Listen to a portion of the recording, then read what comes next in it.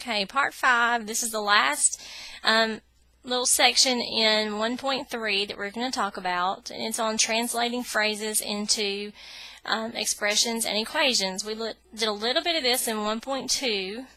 There are some terms that you should know the meaning for. Okay, if you do not know these or you need further explanation, always look at your ebook. Refer back to the multimedia textbook that is in my math lab.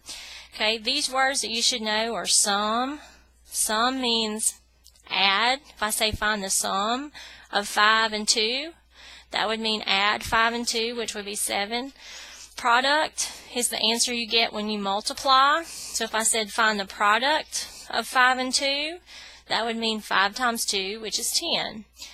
Quotient is the answer you get when you divide. Total is another way of telling someone that you want them to add. Okay, if I say find the total of 5 and 2, you would know that would mean to add those together. And then difference is another way to say subtraction. But the difference is one you're going to have to be careful with, okay, which is why I give you this statement here. Be careful when you're translating phrases containing decreased by, subtracted from, and less than. And don't get less than confused with is less than. Okay, is less than is one of our inequality symbols. Less than just means subtraction. And here's what I'm talking about. If I have a phrase that says a number decreased by 10, okay, we don't know what this number is, so we're going to let it be x. So a number, an unknown number, decreased by 10 means that I would have that unknown number x minus 10. A number subtracted from 10, okay, the unknown number is being subtracted from 10, means that the 10 would go first. 10 minus x in the translation. Okay, 10 less than a number, again, means that it's 10 less than that unknown number, x minus 10. Okay, then notice next, 10 is less than a number. Okay, 10 is less than, using our inequality sign, is less than x. So that little word is can be pretty powerful in telling the difference between our two statements there. A number less 10, x minus 10. Again, so these are just some that can be a little bit confusing sometimes, and you always want to make sure that your translation means the same thing as your sentence. Okay, that's the important part. Alright, so my last example says to write each phrase or sentence as an algebraic expression or equation. Okay, notice an equation will contain an equal sign. Okay, so part A says 7 subtracted from a number. Okay, when anytime it says a number, we can use x, or sometimes we can use n to represent that number, but I'm going to use x. 7 subtracted from a number. That means it would be x minus 7. 7 is the number being subtracted.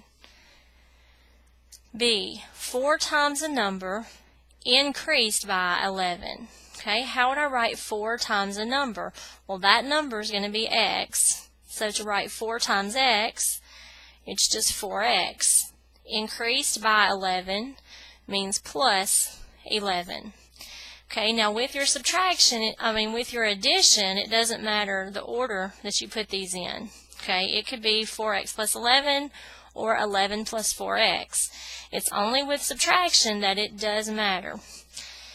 Okay, C says the product of a number and 6. Okay, again, this number we're going to call x.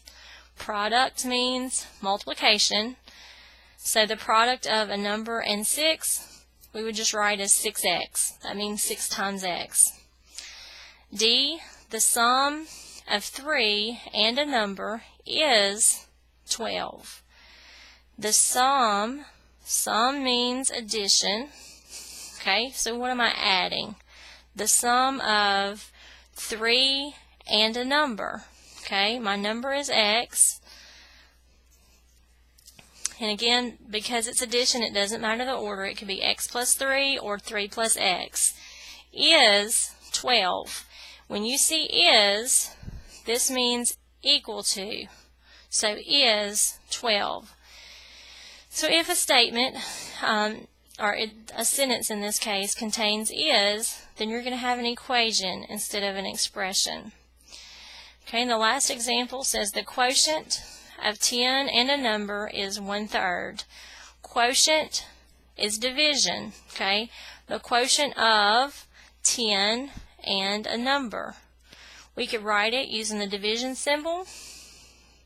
This means 10 divided by x is 1/3. But a better way to write it, and a better way for you to start writing your division is by using fractions.